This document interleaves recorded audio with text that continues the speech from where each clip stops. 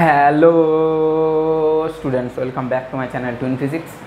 আজ আমাদের আলোচনার টপিক ক্লাস 12-এর ছায়াপ্রকাশনী বই থেকে যে সলিউশন সিরিজটা চলছিল তার আজকে তড়িৎ প্রবাহ ও ওহমের সূত্র অধ্যায় থেকে এমসিকিউ #3। আজকের ভিডিওতে আমরা আরও পরবর্তী 13টা প্রশ্ন নিয়ে আলোচনা করব, অর্থাৎ 26-এর পর থেকে 27 থেকে 39 নম্বর প্রশ্ন নিয়ে আলোচনা করব। আশা করি তোমরা সবাই ভালো আছো, সুস্থ আছো এবং তার সাথে তোমাদের প্রিপারেশান খুব ভালো চলছে। তাহলে চলো শুরু করা যাক। 27 এটাও একটা কিন্তু তুল্য রোধ বার করতে বলেছে, ঠিক আছে? তো প্রথমত আমি সার্কিটটা একটু ড্র করি। এখানে একটা 10 ওহম, এখানে একটা 10 ওহম আর লাস্টে একটা 10 ওহম হয়েছে। এখান থেকে এটা একটা 2.5, এখান থেকে এটা একটা 2.5, 2.5, 10, 10, 10, পয়েন্ট ডি, পয়েন্ট সি, তারপর 12, এখানে একটা হচ্ছে 12, এটা হচ্ছে 12 আর লাস্টে হচ্ছে 16, আর এই লাস্টে হলো গিয়ে এটা হলো 16। এই বিন্দুটা হচ্ছে এ, এই বিন্দুটা হচ্ছে ই, আর এই বিন্দুটা হলো গিয়ে বি। তো বি বিন্দু আর সি বিন্দু একই বিন্দু, কোনো প্রবলেম নেই। আর A B C D E তিনটে নিয়ে নিয়েছি। তোমাকে যেটা বার করতে বলেছে সেটা হলো আর এ বি, এটা বার করতে বলেছে।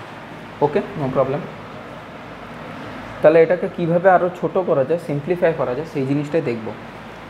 প্রথম একটা জিনিস বলি যে ভোল্টেজ পাল্টাবে না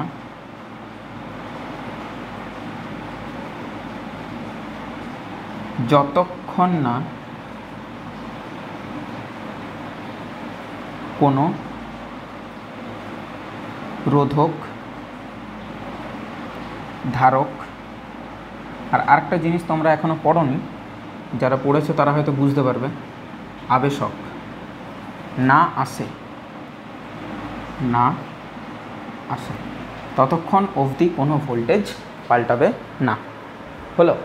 তাহলে যদি সেটাই কথা হয় তাহলে আমরা বলতেই পারি যে পোটেনশিয়াল অ্যাট পয়েন্ট বি আর পোটেনশিয়াল অ্যাট পয়েন্ট সি এই দুটো কিন্তু একই, আলাদা কোনো বিন্দু না।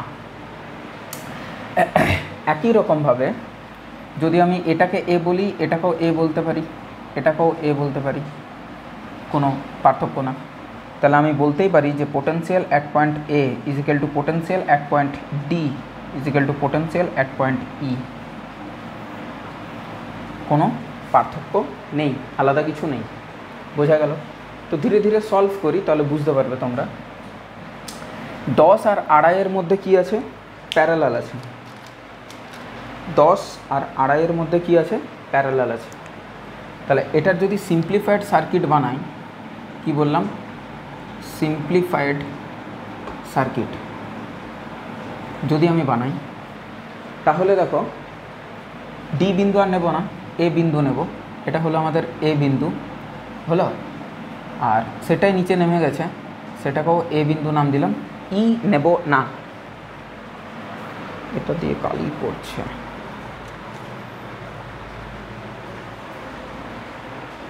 এক মিনিট ধরো, কালি পড়ছে এটা দিয়ে, just a minute.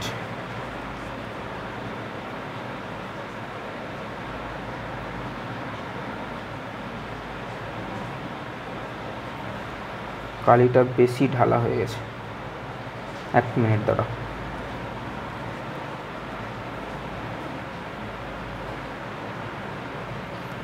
I hope আর কোনো প্রবলেম হবে না। ঠিক আছে, দেখো হলো, এটা হলো 10 আর আড়াইয়ে যদি আমি ইয়ে করি, সলভ করি ফার্স্টে 10 আর আড়াই, তাহলে গুণফল ডিভাইডেড বাই যোগফল, প্রথম কাজ।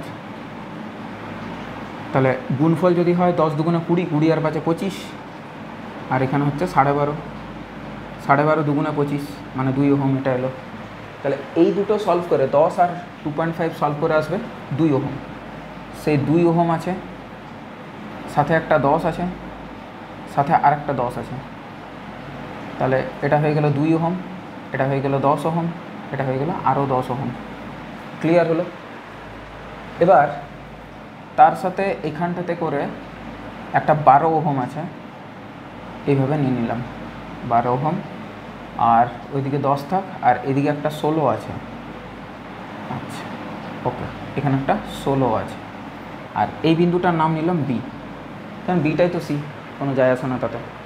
আবার যদি সিম্পলিফাইড করি 10 আর 2 কী আছে, 10 আর 2 সিরিজ আছে, তাহলে 10 প্লাস 2 মানে হচ্ছে 12 ওহম।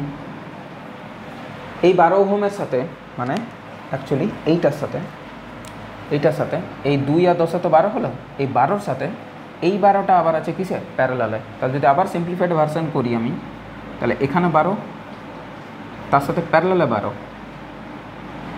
12 ওহম, 12 ওহম, তার সাথে একটা 10, ওকে, আর নিচটাতে একটা 16, এটা পয়েন্ট এ, এটা পয়েন্ট বি, এটা 10 আর এটা 16। 12 12 করলে কী হয়, 12 12 যদি আমি প্যারালাল করি তাহলে 12 ডিভাইডেড বাই 2, দুবার আছে, তাহলে 6 ওহম। তাহলে এই দুটো 12 মিলে আমাদের তৈরি কী করছে, 6। এই দুটো 12 মিলে আমাদের তৈরি করছে কিন্তু 6। তাহলে 6-এর সাথে কিন্তু 10 আছে সিরিজে,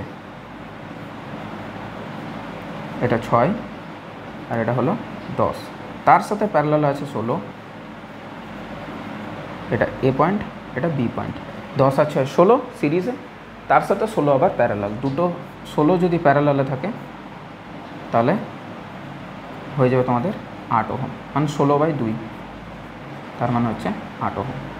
আশা করি বোঝা গেছে, কোনো প্রবলেম নেই। একদম ভেঙে ভেঙে ভেঙে ভেঙে মানে এর থেকে সিম্পলেস্ট ওয়েতে আর কতটা ভেঙেভাবে করা যায় পসিবল না। 8 ওহম আমি উত্তর বার করে দেখালাম, সেটা হচ্ছে তোমাদের কত, option number A, option number A. Clear হয়েছে? আই হোপ আর কোনো প্রবলেম নেই। 28 নাম্বারেরটাও একটা কিন্তু সার্কিট দিয়েছে, তো সেই সার্কিটটার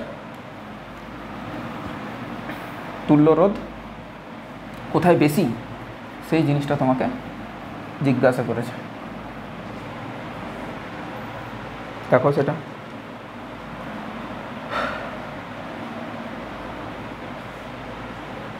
আঠাশ 26 বলে ফেললাম মনে হয়, 28-এ 3টে পয়েন্ট আছে পি কিউ আর, এইভাবে আছে একটা রোধ, এইভাবে আছে 3টে রোধ, এইটা একটা,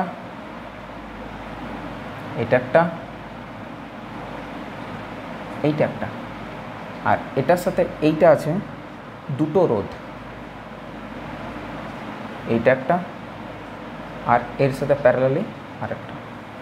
এইভাবে রোধগুলো আছে, প্রতিটি রোধ হচ্ছে সমান সমান সমান সমান। তাহলে এটা আর হবে, এটা প্রতিটা যদি আর হয়, প্রতিটা আর মানে প্যারালালি কী হবে, প্রতিটা রোধ ডিভাইডেড বাই যতবার আছে। এখানেও এরকম, এইটার যদি তুল্য রোধ বার করি তাহলে প্রতিটা রোধ ডিভাইডেড বাই যতবার আছে। পয়েন্টসগুলোর নাম হচ্ছে, এটা পি পয়েন্ট, এটা কিউ পয়েন্ট, আর এটা আর পয়েন্ট। বোঝাতে পারলাম? কোনো প্রবলেম নেই। তাহলে কোথায় রোধটা বেশি, দেখতেই পাচ্ছ এইখানে রোধটা সবচেয়ে বেশি, তার মানে হচ্ছে পি আর কিউর মধ্যে রোধটা সবচেয়ে বেশি। এ, অপশান এ। ক্লিয়ার হলো? 29 নাম্বার। 29 নাম্বারেরটাতে হ্যাঁ, এটাও একটা 3টেই প্যারালাল আছে। আচ্ছা, এটা কি বুঝতে পারছো তোমরা যে 3টেই প্যারালাল আছে?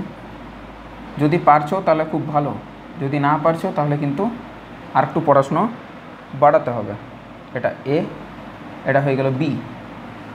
আচ্ছা, যেটা বললাম একটু আগে লেখা ছিল যে যতক্ষণ পর্যন্ত যদি না কোনো পয়েন্ট আর পরবর্তী পয়েন্টের মাঝে কোনো রেজিস্টার, ক্যাপাসিটার, ইন্ডাক্টার অর্থাৎ ধারক, রোধক, আবেশক না আসে, ভোল্টেজ পাল্টায় না। তাহলে এটা এ হলে এটাও কিন্তু এ, এটাও কিন্তু এ, এটা বি হলে এটাও বি, এবং এটাও বি। এবার দেখো তুমি প্রতিটা রোধ আর আর আর তিনটে রোধেই কিন্তু তিনটে রোধেরই দুটো পয়েন্ট, মানে দুই প্রান্তের দুটো পয়েন্ট হচ্ছে এ আর বি। দেখো এই রোধটা নাও, তারও দুই প্রান্তের বিন্দু হচ্ছে এ আর বি, ড্র করে নিলাম। পরবর্তীকালে এটাও কিন্তু এ আর বি, লাস্ট এটাও কিন্তু এ আর বি। তাহলে প্রতিটা যদি আর হয় তাহলে তুল্য রোধটা কত হবে? R/3 যতবার আছে, সরি প্রতিটি রোধ ডিভাইডেড বাই যতবার আছে। R/3 is the correct answer. Option number C, West Bengal joint 2011। কথাগুলো মাথায় ঢুকছে? 2011 ঠিক ক্লিয়ার হলো। তারপর দেখো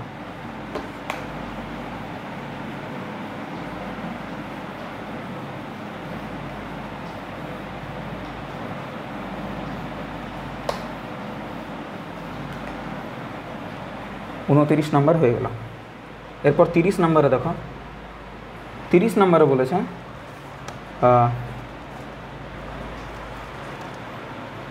R0 = 12 ওহম। 12 ওহম রোধের একটা তার দিয়ে একটি রিং বানানো হয়েছে।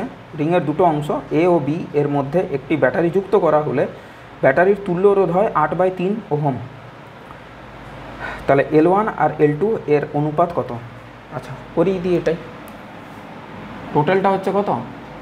টোটালটা হচ্ছে তোমার 12 ওহম। তাহলে এই যে টোটাল যে তারটা আছে, আমি একটু কার্ভভাবে নিলাম, এই টোটাল তারটার রোধ হচ্ছে 12 ওহম। এবার তার এইখান থেকে একটা ব্যাটারি কানেক্ট হয়েছে, এ বিন্দু আর বি বিন্দু, এখানে একটা ব্যাটারি কানেক্ট করা হয়েছে।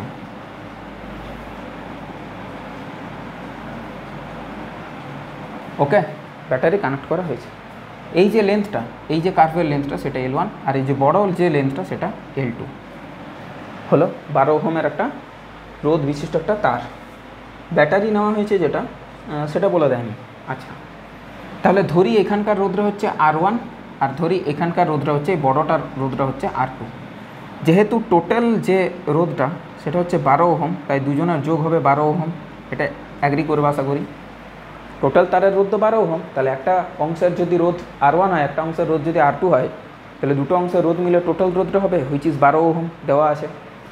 আর এদের তুল্য রোধ বলে দিয়েছে। তুল্য রোধ মানে এই যে R1 অংশটা আর R2 অংশটা এরা কিন্তু প্যারালালি আছে। এই R1 অংশটার দুই প্রান্তের পয়েন্টসগুলো কী কী? এ আর বি। আর এই যে R2 এরও কিন্তু দুই প্রান্তের পয়েন্টস দুটো এ আর বি। তাহলে এই দুটো কিন্তু আছে R1 R2 প্যারালালি আছে। R1 is parallel with R2 এবং তাদের যে তুল্য রোধ সেটা কিন্তু উত্তর আমাকে দিয়েছে 8/3 ওহম। 8/3 ohm, 8/3 ohm. ক্লিয়ার হলো? তাহলে প্যারালাল হলে কি হয়? গুণফল বাই যোগফল, গুণফল বাই যোগফল ইজ ইকুয়াল টু 8/3। যোগফলটা দেখো আমরা জানি 12, তাহলে 12 বসিয়ে দাও। তাহলে R1 × R2 divided by 12 is equal to 8/3। তাহলে R1 × R2 is equal two কী হয়ে যাবে? 3 × 4 = 12 হলো, তার মানে 8 × 4 = 32। R1 × R2 হয়ে গেল 32। তাহলে R1 × R2 32 আর R1 + R2 12। ঠিক, এবার এখান থেকে একটা কাজ করতে পারো, সেটা হচ্ছে দুজনেরই কিন্তু এরিয়াটা সেম আছে, অর্থাৎ সেম প্রস্থচ্ছেদের ক্ষেত্রফল বিশিষ্ট দুটোই তার, জাস্ট তাদের লেন্থটা আলাদা আলাদা, তাই তো? আর দুটো একই উপাদানেরই তৈরি। তাহলে ধরে নিচ্ছি যে দুজনের রোধাঙ্ক হচ্ছে রো করে। তাহলে R1 এর জায়গাতে আমরা লিখতেই পারি একান্তই যে rho L1/A into rho L2/A লিখতে পারি ইজ ইকুয়াল টু 32। লিখতে পারি না? পারি না? লিখতে পারি, কোনো প্রবলেম নেই। এবার আরেকটা জিনিস করতে পারো যে না, ওইটা করারও দরকার নেই, ছেড়ে দাও, এটা করারও দরকার নেই, এটা করারও দরকার নেই। এই দুটোকে কাজে লাগাও। এটা 1 নম্বর ইকুয়েশন নাম দাও, এটাকে 2 নম্বর ইকুয়েশন নাম দাও। তাহলে যদি তুমি এটা করো R1 × R2 ডিভাইডেড, না সরি উল্টোটা করো, 1/2 করো, 1/2। একে কী আছে? R1 + R2 ডিভাইডেড বাই 2 এ কী আছে? R1 × R2। R1 + R2 12, R1 × R2 32, তাই তো? তাহলে এখান থেকে হবে 4 × 3 = 12, 4 × 8 = 32। এটাও করতে পারি, কোনো প্রবলেম নেই, কোনো প্রবলেম নেই।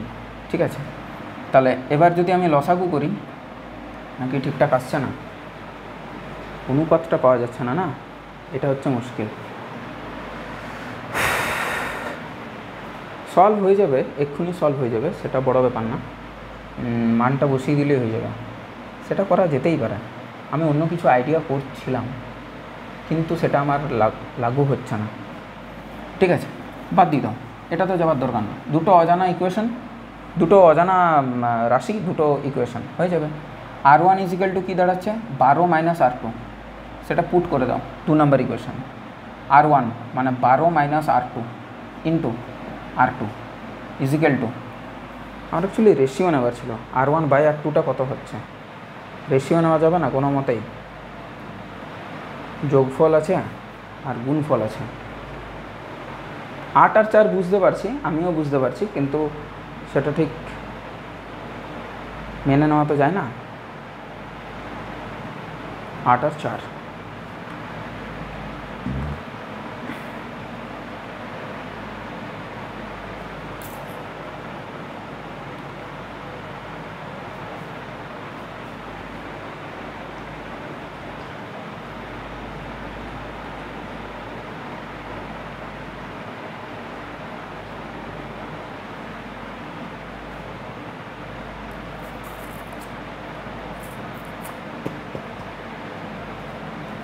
এটা একটা করতে পারো। আদারওয়াইজ এখানে কি দিয়েছে, এখানে তো সেরকম R1 R2 মান বার করে দিয়েছে ওইটাই করেছে। যাই হোক, এটা আমি করি। 32 হলো, 32 যদি হয় তাহলে 12 R2 minus R2 square is equal two 32। তাহলে এখান থেকে যদি করি R2 স্কোয়ার, মানে একটা দ্বিঘাত সমীকরণ আসবে, R2 স্কোয়ার ওই পাশে গেল, minus 12 R2 plus 32 is equal to 0 হলো। এবার এখান থেকে তুমি দ্বিঘাত সমীকরণটা সলভ করতে পারো, R2 square minus 8R2 minus 4R2 plus 32 is equal to 0 হলো। R2 যদি কমন নিই তাহলে R2 মাইনাস 8 মাইনাস 4 যদি কমন নিই তাহলে R2 মাইনাস 8 ইজিক্যাল টু 0। তাহলে R2 এর মান হবে হয় 8, আদারওয়াইজ R2 এর মান হবে 4 হলো। R2 এর মান যদি 8 হয়, R1 এর মান হবে 4, R2 এর মান যদি 4 হয়, R1 এর মান হবে 8। এবার ব্যাপারটা হচ্ছে কোনটা সঠিক।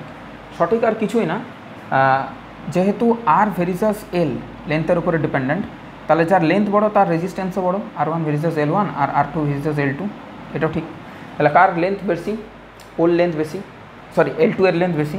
যেহেতু L2 গ্রেটার দেন L1, তাই R2 always greater than R1, এটাও ঠিক। তাহলে R2 বড় মানে R2টা হয়ে যাবে 8 আর R1টা হয়ে যাবে 4, হয়ে গেল সলভড। অনুপাত জানতে চেয়েছে যদিও, আচ্ছা তাহলে যদি বলি R1 অনুপাত R2, তার মানেই তো হয়ে যাবে L1 অনুপাত L2, যদিও সেটার দরকার নেই যেহেতু মান পেয়ে গেছি 1:2, 1:2, 1:2 মানে অপশান ডি। আর AIPMT প্রিলিমস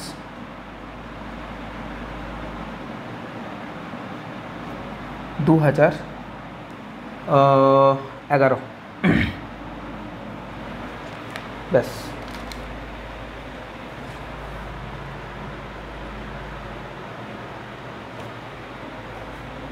হলো, ঠিক আছে, 30 কমপ্লিট। চলো নেক্সট দেখো,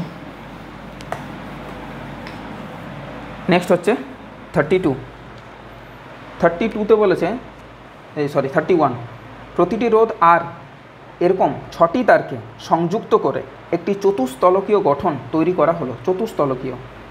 চতুস্তলকটির একটি কৌণিক বিন্দু দিয়ে তড়িৎ প্রবাহ প্রবেশ করে, অপর একটি কৌণিক বিন্দু দিয়ে নির্গত হলে সমবায়টির তুল্যরোধ কত হবে। আচ্ছা, এখানে একটা জিনিস এখানে উল্লেখ করেছে, দেখো 31-এ যদি তুমি হিন্টসটা দেখো তাহলে সেখানে লক্ষ্য করো বিষয়টা, তো হিন্টসেই বলে দেওয়া আছে যেটা কারশফের সূত্রাবলীতে পাবে। কারশফের সূত্রাবলী যে অধ্যায়টা আছে সেইখানে এটা নাকি দেওয়া আছে, এবং হ্যাঁ এটা সত্যি কথা। এটা হুইটস্টোন ব্রিজ এই যে শর্ত, এই শর্তটা কিন্তু লাগে। হুইটস্টোন ব্রিজের যে শর্তটা, সেটা কিন্তু এক্ষেত্রে লাগে, তবেই কিন্তু অঙ্কটা সলভ করা যায়। তাহলে এটা আছে পরবর্তী অধ্যায়ে, নেক্সট চ্যাপ্টারে আছে। তাহলে সেখানেই তোমরা এটা বুঝে যাবে, অসুবিধা কিছু নেই। যে যদি এইভাবে থাকা চারটে রোধ এমনভাবে সেট করা থাকে যে বাঁ পাশের দুটো রোধের অনুপাত ডান পাশের দুটো রোধের অনুপাতের সাথে যদি ইকুয়াল হয়, মানে R1/R2 যদি R3/R4 হয়, তাহলে এই মাঝের যে ব্রাঞ্চটা, মাঝের ব্রাঞ্চে কোনো কারেন্ট যাবে না, অর্থাৎ আইটা কী হবে, শূন্য হবে। এইভাবে একটা করা যায়, এটা পরবর্তী অধ্যায়ে তোমরা পড়বে, অসুবিধা নেই কিছু। 32তে জাম্প করলাম। 32তে বলেছে 100 ওহম, 200 ওহম, 300 ওহম, 400 ওহম মানের চারটি রোধ শ্রেণী সমবায়ে যুক্ত করে একটি বর্গাকারের আকার দেওয়া হলো। রোধগুলিকে যে কোনো ক্রমে সাজিয়ে ওই বর্গের দুই কর্ণের দুই প্রান্তের মধ্যে সর্বাধিক কত তুল্য রোধ পাওয়া যেতে পারে, সর্বাধিক কত তুল্য রোধ পাওয়া যেতে পারে। তাহলে এটা সাজাবে, অসুবিধা তো কিছু নেই। তাহলে এটা বর্গক্ষেত্রের মতো চারটে বাহুতে সাজাবে, যেমনটা হিন্টসে দেওয়া আছে, এইভাবে এইভাবে এইভাবে এইভাবে। দুটো কর্ণের মধ্যে কত সর্বোচ্চ পাওয়া যেতে পারে, কি না, তুল্য রোধ। তাহলে এটা 100 ওহম, এটা 200 ওহম, আর কি বলেছে 100 ohm, 200 ohm, 300 ohm, 400 ohm, 300 ohm, আর এখানটা হচ্ছে 400 ওহম। এইভাবে যদি তুমি সেট করো, তাহলে তুমি দেখতে পাচ্ছ ওপর দিকটা সিরিজে আছে, কারণ একই কারেন্ট ফ্লো করবে, আবার নিচ দিকটা সিরিজে আছে, কারণ একই কারেন্ট ফ্লো করবে। তাহলে ওপর দিকটা সিরিজে আছে মানে 400 আর একে মিলে হয়ে গেল 500, এটা হয়ে গেল 500 ওহম। আবার নিচের দুটো সিরিজে আছে মানে 200 আর 300 মিলে পরে হয়ে গেল 500 ওহম, হয়ে গেল। তাহলে দুটো 500 ওহম যদি প্যারালালই থাকে, এবার তো এরা প্যারালাল আছে, ইনিশিয়াল পয়েন্ট আর ফাইনাল পয়েন্ট, তাহলে কী হবে, প্রতিটি রোধ ডিভাইডেড বাই যতবার আছে, মানে তুল্য রোধটা হয়ে গেল 250 ওহম। 250 ওহম উত্তর দেওয়া আছে। 250 ohm option D, West Bengal joint 2018, West Bengal joint 2018। Clear, কোনো প্রবলেম নেই আশা করি। ওকে, 32 হয়ে গেল। 33,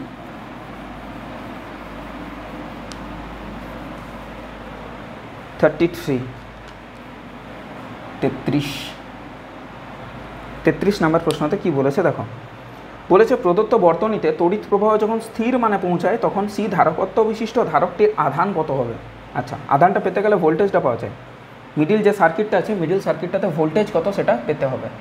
একটু ধরিয়ে দিই, কারণ এটা করে দেওয়া আছে, জাস্ট একটা জয়েন্টের অঙ্ক বলে কঠিন বলে ভেবো না।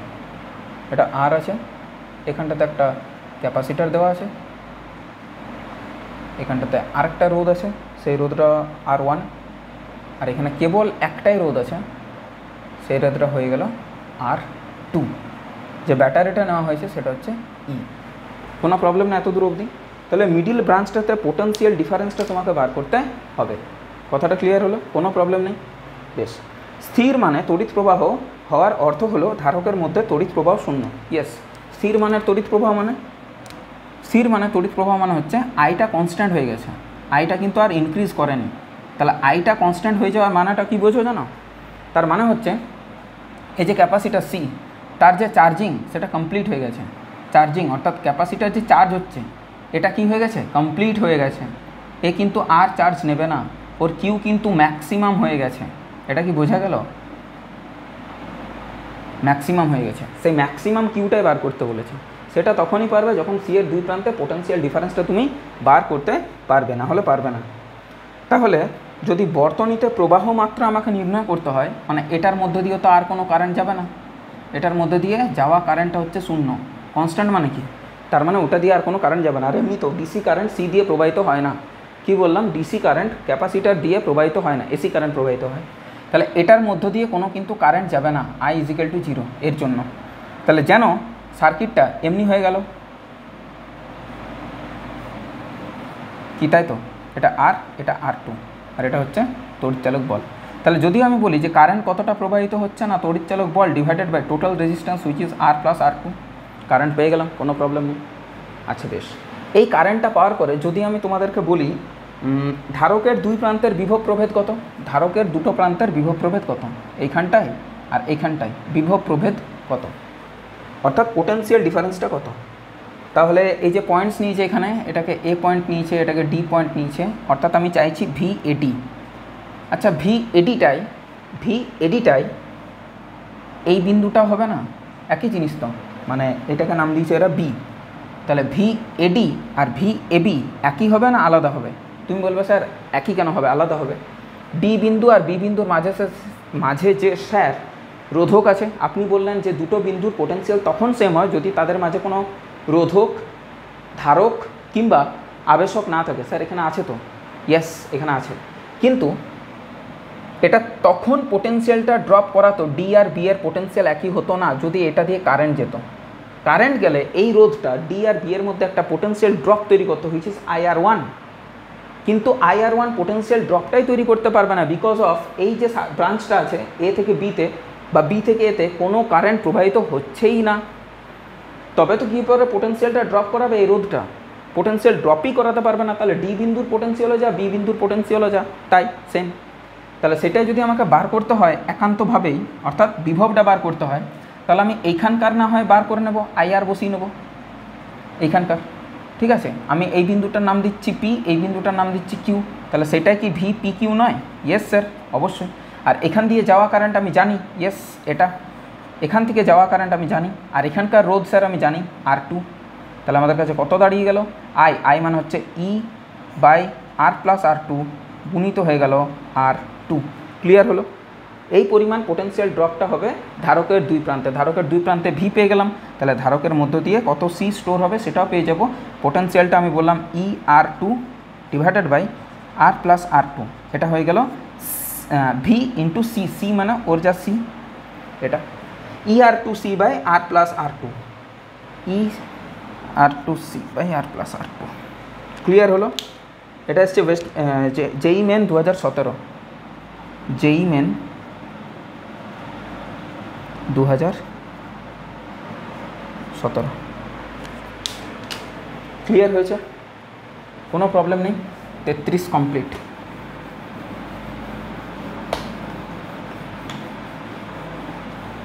চলো 34 নম্বর দেখো।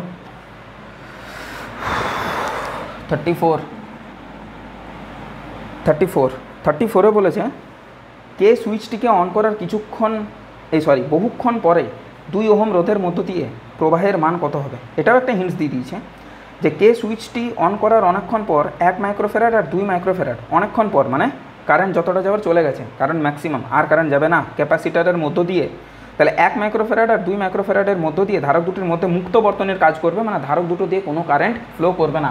যেটা এখানটা দেখেছিলে, যে থিওরিটা এখানটা দেখেছিলে, ঠিক একই ধরনের গল্প এখানটাতেও কিন্তু কার্যকরী হচ্ছে।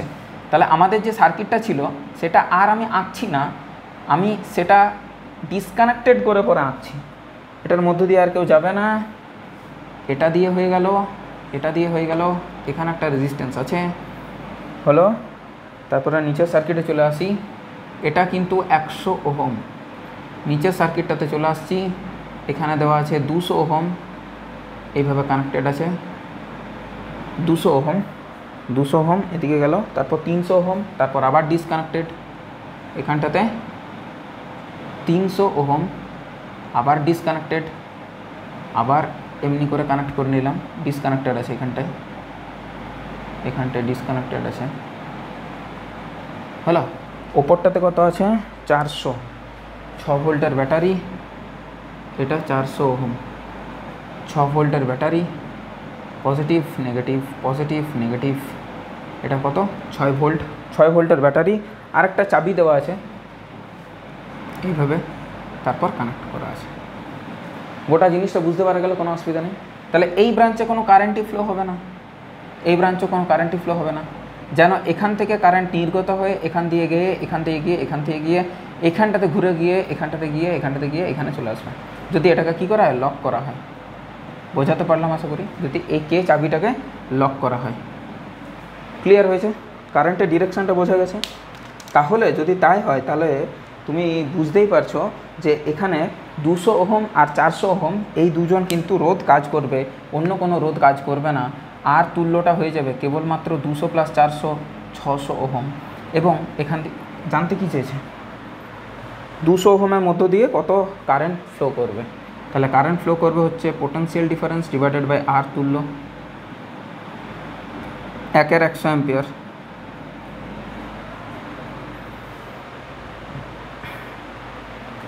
মানে 10 milli ampere. West Bengal joint 2018, option C.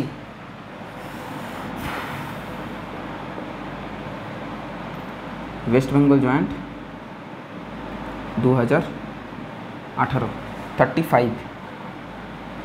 35-এ কী বলেছে 2.1 ভোল্ট তড়িৎচালক বল বিশিষ্ট কোষকে একটি 10 ওহম রোধের সঙ্গে যুক্ত করা হলে রোধটির মধ্য দিয়ে 0.2 অ্যাম্পিয়ার তড়িৎ প্রবাহিত হয়। কোষটির অভ্যন্তরীণ রোধ কত? আচ্ছা, 2.1 ভোল্ট 10 ওহম, 2.1 ভোল্ট আর 10 ওহম। স্মল আর বার করতে বলেছে, কারেন্টটাও দিয়ে দিয়েছে। কারেন্ট কত হয়, কত দিয়েছে 0.2 অ্যাম্পিয়ার, 0.2 অ্যাম্পিয়ার। তাহলে এই জিনিসটা কাজে লাগবে, দেখো এই জিনিসটা কাজে লাগবে। এই যে কারেন্টের এটা বার করলে কিছুটা ওই টাইপের কারেন্ট কী হয়ে যাবে তড়িৎচালক বল ডিভাইডেড বাই অভ্যন্তরীণ রোধ প্লাস বহির রোধ। তাহলে এটা হচ্ছে 0.2 = 2.1 ডিভাইডেড বাই 10 + আর। তাহলে এটাকে সলভ করলে হচ্ছে 2 + 0.2 আর = 2.1, 0.2 আর = 2.1 - 2 which is 0.1। এটা উঠে গেল। আর = হাফ বা বলা ভালো 0.5 ohm, 0.5 ohm. Option D NEET 2013। কিন্তু আমি যতদূর জানি নিটটা শুরু হয়েছে 2016 থেকে, মানে নিট নামটা এসেছে 2016 থেকে। বাট এখানে কেন দিয়েছে আমি জানি না। হতে পারে হয়তো এর আগে যে নিটটা হতো, যেটা সিবিএসসি কন্ডাক্ট করাতো, সেইটাকে বোঝাতে চেয়েছে হয়তো, মেবি। 2016 সাল থেকে নিট নামটা এসেছে। তার আগে এআইপিএমটি ছিল, all India pre medical test, তার প্রিলিমস আর মেন্স এটা ছিল। এখন সেটা একটা এক্সাম হয়ে গেছে। যাই হোক, দেখো পরবর্তী যে জিনিসটা আছে 36 সেটা লক্ষ্য করো। বলেছে যে তড়িৎচালক বল বিশিষ্ট একটি তড়িৎ কোষের অভ্যন্তরীণ রোধ ছোটো হাতের আর, কোষটি বড় হাতের আর মানের একটি বহিরোধের সাথে যুক্ত করা হলো। ছোটো হাতের আর যখন অনেক ছোট বড় হাতের আরের চেয়ে, তাহলে আর রোধের প্রান্তীয় বিভব প্রভেদ কোন লেখটি দ্বারা প্রকাশ পায়? বিভব প্রভেদটা বলেছে voltage difference with capital R. আর রোধ যে আছে তার দুই প্রান্তের বিভব প্রভেদ সাথে তার রোধের রাশিমালাটা কিভাবে পরিবর্তিত হবে। তো যখন বহির্রোধ নেই, যখন এক্সটার্নাল রেজিস্ট্যান্সটা তুমি দাওনি, যখন ও নেই, তখন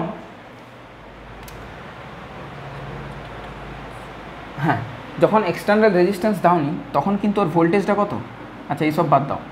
আই সমান তোমরা জানো ডিভাইডেড বাই বড় হাতের আর প্লাস ছোটো হাতের আর হলো। এবার যদি আমি বলি পোটেনশিয়াল ইয়েটা কত, তুমি বলবে আই বড় হাতের আর, মানে অ্যাকচুয়ালি বড় হাতের আর ডিভাইডেড বাই বড় হাতের আর প্লাস ছোটো হাতের আর। এটা হচ্ছে গল্প বড় ভি এর সাথে আর এর রিলেশন। এবার আর যখন শূন্য ভিও তখন শূন্য, আর যখন শূন্য ভিও তখন শূন্য, তাহলে মূলবিন্দু। আর যখন আর কি ধরতে পারি, আচ্ছা ভিটা কখন হবে এটা একটু দেখি। ভিটা কখন হবে? এটা এটা এটা প্লাস এটা এটা এটা এটা কেটে গেল। তাহলে আর প্লাস আর যখন আর, মানে ছোটো হাতের আর যখন শূন্য হলো, ছোটো হাতের আর তো এমনিই শূন্য, তাহলে সর্বদাই ভিটা এর মতনই হবে। হ্যাঁ, অনেকটাই ছোট ছোট, কিন্তু জিরো তো নয়। এবার ছোটো হাতের আর যখন শূন্য, তখন কিন্তু পোটেনশিয়ালটা হয়ে যাবে সর্বোচ্চ সর্বোচ্চ জায়গাতে, মানে ব্যাটারির ইএমএফের পরিমাণ হয়ে যাবে। হলো, সেটা কিন্তু একটা নির্দিষ্ট জায়গাতে গিয়ে পরে এইভাবে টেন্ড করবে। কোন জায়গাতে গিয়ে পরে না তোমার, হ্যাঁ কিছু তো আছে, মানে আর তো জিরো নয়, আর যেহেতু জিরো নয় তাই প্রান্তীয় বিভব প্রভেদরা কখনোই কে ছুঁতে পারবে না, জাস্ট বেরিয়ে যাবে এইভাবে। এখানে ভি সমান হলো, তাহলে কোনো দিনই পারবে না। তাহলে আরটা যত বড় হবে, আরটা যত বড় হবে আরটা যত বড় হবে তার সাথে একটা ছোট জিনিসকে যোগ করে ওটা অলমোস্ট ইকুয়ালস টু এই বড় জিনিসটা হয়ে যাবে। এটা তখনই সম্ভব যদি ওটা অনেক বড় হয়। ধরে নাও আর একটা ছোটো জিনিস, আর এর মান তো পেলে এখানে হাফ, এবার বড় হাতের আরটা নেওয়া আছে 1, তাহলে এটা হয়ে গেল 3/2। এটা কিন্তু কখনোই অলমোস্ট ইকুয়ালস টু 1 বলতে পারবে না 3/2-কে, না। কিন্তু এটা যদি আমি 1000 করি সাপোজ, তার সাথে 0.5 যদি যোগ করি, তাহলে 1000.5, ওইটা নিয়ারলি ইকুয়াল টু 1000 বলতে পারি। আর যত বাড়বে ভি তত ইয়ের দিকে টেন্ড করবে, এটা হচ্ছে ব্যাপার। তাহলে গ্রাফটা বোঝাতে পারলাম, তাহলে অপশান সি হচ্ছে এখানে সঠিক উত্তর। কোন সমীকরণ মেনে হচ্ছে সেটাও তোমাদের বুঝিয়ে দিলাম, আশা করি কোনো প্রবলেম নেই। 37, 38, 39, 3টে প্রশ্ন।